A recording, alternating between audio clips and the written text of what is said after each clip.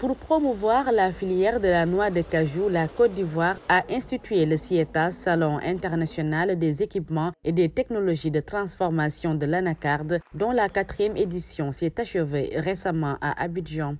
Le CIETAS 2023 était également l'occasion pour les organisations de faire la promotion et la vulgarisation des produits dérivés en vue d'amener les populations à connaître et à intégrer du cajou dans leurs habitudes alimentaires.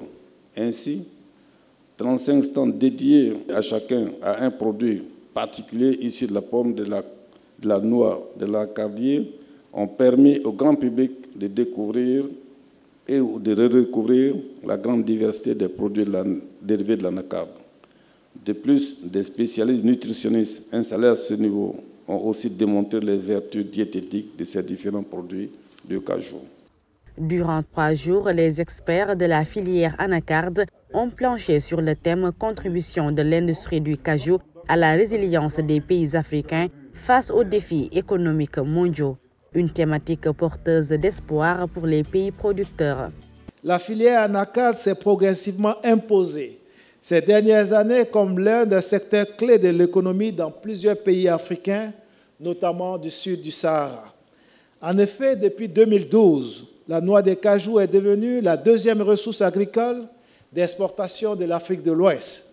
En ce qui concerne la Côte d'Ivoire, notre pays, l'anacarde constitue aujourd'hui la 2e ressource d'exportation après le cacao. Le pays est devenu depuis 2015 le premier producteur mondial de cette spéculation, avec un volume de 702 000 tonnes, 510 tonnes de noix brutes. Cette production nationale a atteint un volume de 1 028 192 tonnes en 2022.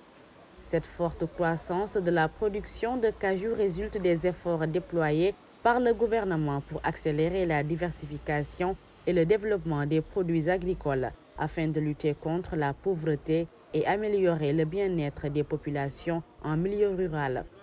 Le gouvernement ivoirien a par ailleurs adopté un programme de développement de la transformation de l'anacarde ainsi que l'octroi d'une subvention à la transformation de l'anacarde aux usines locales à travers la signature de 37 conventions entre l'État et les opérateurs.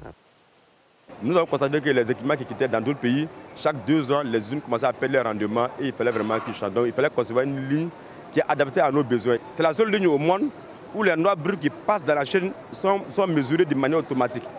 Les amandes décortiquées sont pesées de manière automatique, ce qui fait que les poids dans l'usine sont maintenant connus. Même quel soit le point où on est, on a accès au poids que l'usine a effectué, les calculs de rendement. Donc on fournit des équipements qui sont assez efficaces, assez solides et dont la maintenance est facile parce qu'elles sont faites en Côte d'Ivoire. Avec plus de 13 000 participants, exposants et visiteurs issus de 18 pays, le CIETAS 2023 a été une opportunité pour le continent africain qui transforme moins de 10% de sa production de réaffirmer les différentes actions en faveur de la transformation de l'anacarde pour en tirer plus de valeur ajoutée et créer des emplois décents pour les femmes et les jeunes.